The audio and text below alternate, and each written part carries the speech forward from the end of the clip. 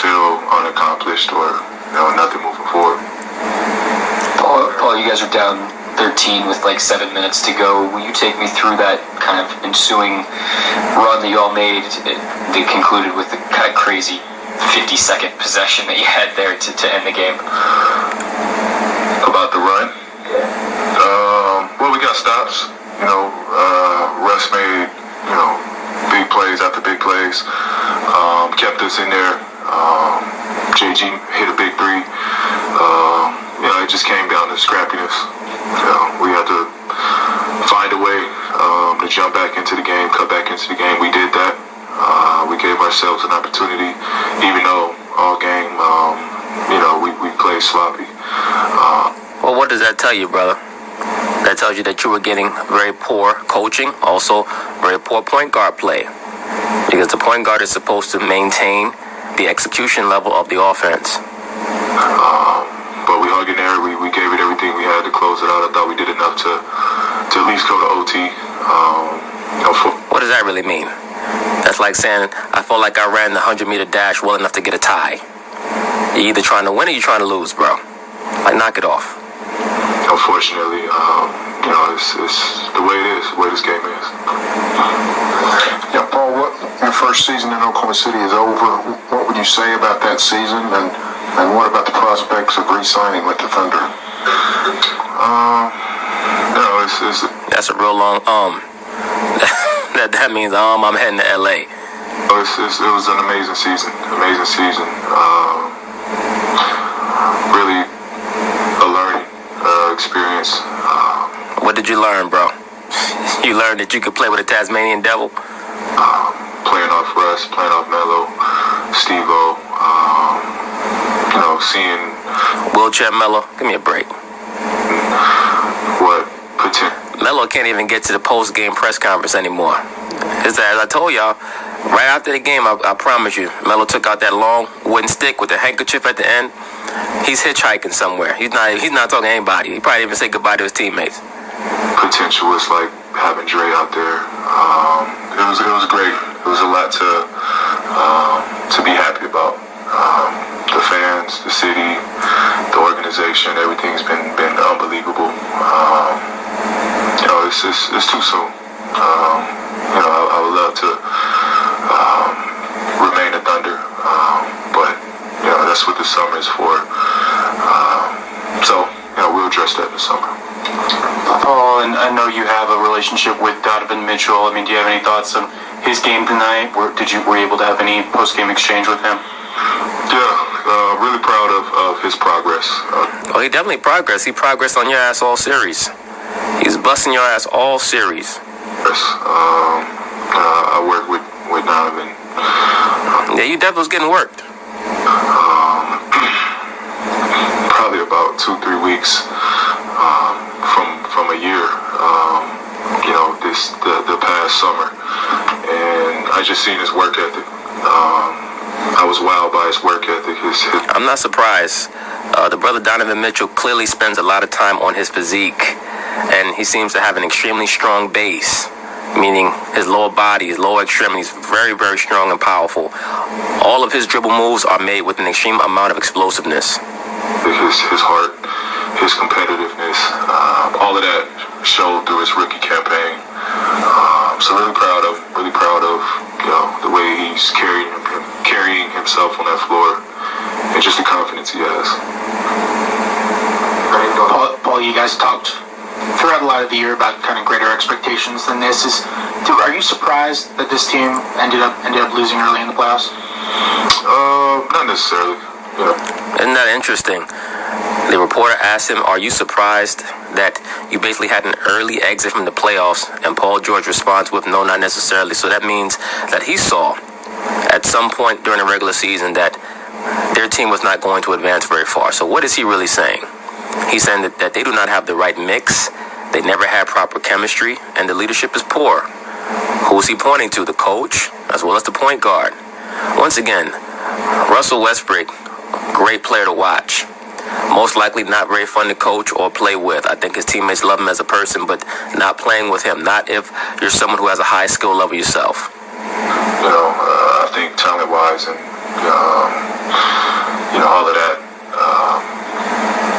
But it's our first year playing together.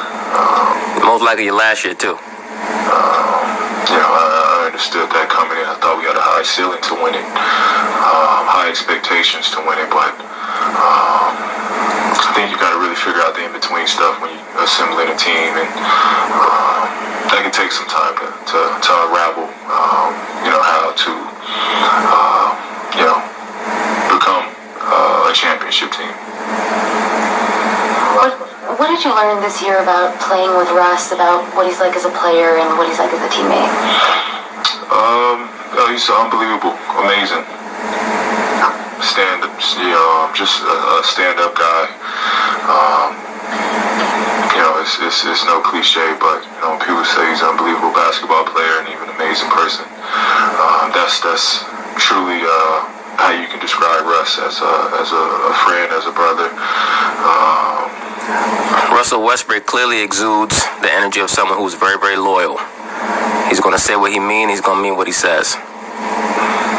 He's one of the best teammates I've had, by far. I don't doubt it. I just learned a lot, watching him from afar and being around him closely. He's an unbelievable person. I'm sure. Playing with Russell Westbrook will really teach you how to perfect the art of blocking out your own teammates.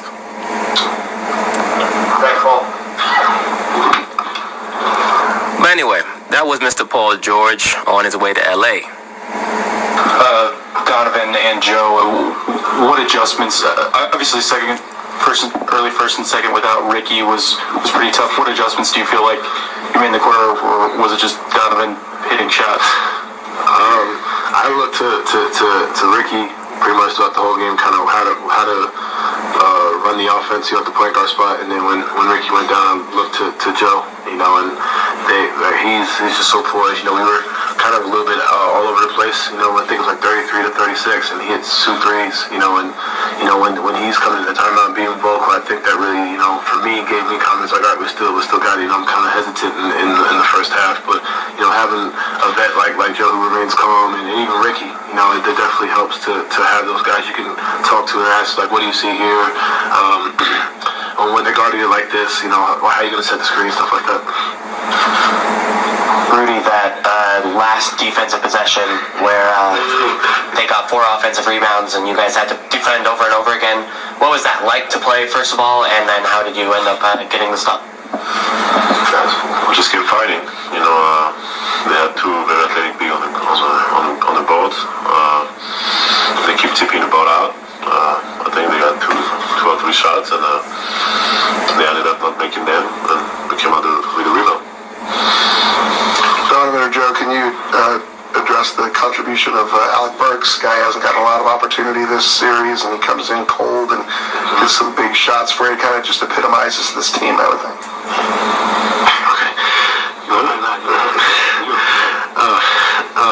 AB's always ready, and there's that phrase that we always say, stay ready, that way you don't have to get ready. And his show tonight, he was ready, he was confident, came in, he even guarded Russell, for the majority of the third quarter. So taking on that challenge, it was huge. And for him to keep playing like that and stay engaged, it may be tough for some people, but a guy like him, he stays locked in, stays focused, and he's always able to score, even when he can be sitting out there for 50 minutes straight. He'll come back in the 51st minute and give you, as you saw in, I think it was game 2 or game 1, where he had like 10 points in 2 minutes. So you see he's showing what he can do, and being able to stay ready is one of the biggest things that I've seen out of him.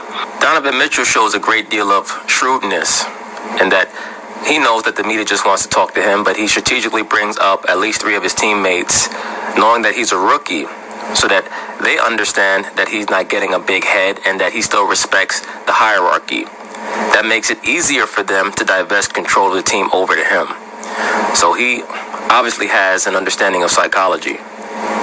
Guys, Russell Westbrook criticized Jazz fans, said they get too personal. Do you notice that? Do you hear that stuff, or is it any different here than it is anywhere else? Me personally, I think that Russell has a point in that fans get extremely disrespectful, but at this level, at this point in his career, 10 years in the league, he should be relatively accustomed to it. But I do believe that the NBA and all professional sports should come down harder on fans who are extremely vulgar and who decide that they're going to make themselves the show. All that being said, at this point in the season, he knows what the deal is. And the reason why he slapped that camera out of that fan's hands is because he was frustrated that they lost.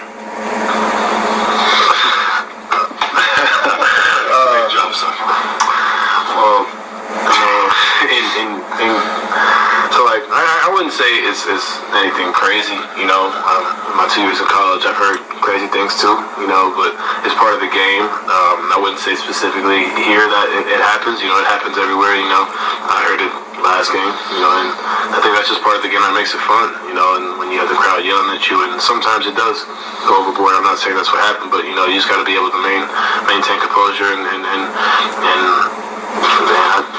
to be honest, I enjoy it. When the worst stuff they say, I smile. And I smile through everything. I don't know if y'all noticed that. So, but I enjoy it. So just, I don't really think it's just a Utah thing.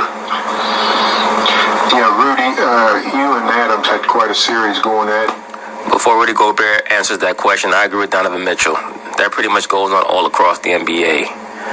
Now, Utah, who knows what they say? Because we know what the composition of the average Utah Jazz game attendee would most likely be. But again, people could say wild things anywhere, whether it be about your family, about your race, so on and so forth. Russell's going to have to be a little bit thicker skinned, or many fans across the NBA are going to target him even more. As we already know, he is a very tempestuous individual as it is. As your point guard, he has to be more measured. Going at each other, and he had his best game tonight. What's it like going against him for 6 games over 2 weeks, and how tough is he to play, and what did you do to sort of counter him for much of this series? He's just relentless. You know, he's a very good player. We've been going against each other since probably the pre-draft workouts. You know, so it's been every time it's a battle. You know, and I got a lot of respect for him. Rudy and Derek, well, I suppose Derek, because Rudy answered the last question. The two of you as a front court, there have been a lot of questions throughout the year, even going back to last year, about whether you could play together, whether the duo works. The two of you both played 39 plus minutes tonight in a closeout game. How does that feel? They can make it work because they make teams pay on the offensive end, the same way that a stretch team may make Derek Favors have to come out and defend a three-point shooter. On the other end, they're going to drop it down to Derek Favors, and he's going to back his man down. There was a sequence where Derek Favors backed Carmelo Anthony all the way down to the basket, then hit him in the face with an elbow. So that's the thing. You have to make your opponent pay in whatever you have as a surplus. If you're a big team, then play big. Don't try to play small. Once again, so many of these teams try to run with the Warriors and shoot threes with them. That's not how you beat them. You have to utilize what you have. You can't try to fabricate or create some type of a facsimile so that you can, go along just to get along, try to fit in with the Joneses or whatever the terminology is. You're going to end up getting smoked. So that's what I like about the Utah Jazz. They stick to what they have, and they stick to what they know. They don't leave their principles. In the one game that they did, you saw what happened. They gave up a 25-point lead. It feels great. Me and Rudy, we both heard the noise. Everybody said we can't coexist with each other because we're not three-point shooters, no space the floor, whatever. But no, we made it work. Some games he sacrificed, and some games I sacrificed. So we just found a way to make it work. Sharing the paint defensively. We both good rim protectors, can guard out on the perimeter. So Donovan, how did it feel when you were in the midst of making 10 shots in a row? I mean, like you said, you smiled through everything, but how was that for you when you were on fire there? Yeah, I was just supposed to play, man. I was in different. Definitely asked Joe for some advice. To be honest with you, Coach Quinn called that the whole thing. The first half I was kind of hesitant, I was kind of nervous, to be honest with you. And he came up to me after one of the timeouts before the half ended, and he said, "We're gonna win this game, and you're gonna go off." And word for word is what he said. And that's what a great coach does. He utilizes mental suggestion on his great players. And, when you have a coach telling you that, your mindset's like, maybe there's no need to be nervous. And in other words, you became activated. And from that point on, I just kept knocking down shots. I had one almost turnover, and I tried my hardest to get it back. But I was in different mode, I guess. It was crazy. Yeah, he switched you on. he switched you on. I tell many of you brothers, these top coaches are MK handlers. Not saying Quinn Snyder specifically, but just in general, the top coaches around professional sports are MK handlers. And we certainly saw Mr. Donovan Mitchell match anything that Russell Westbrook did in this series. It was a great matchup.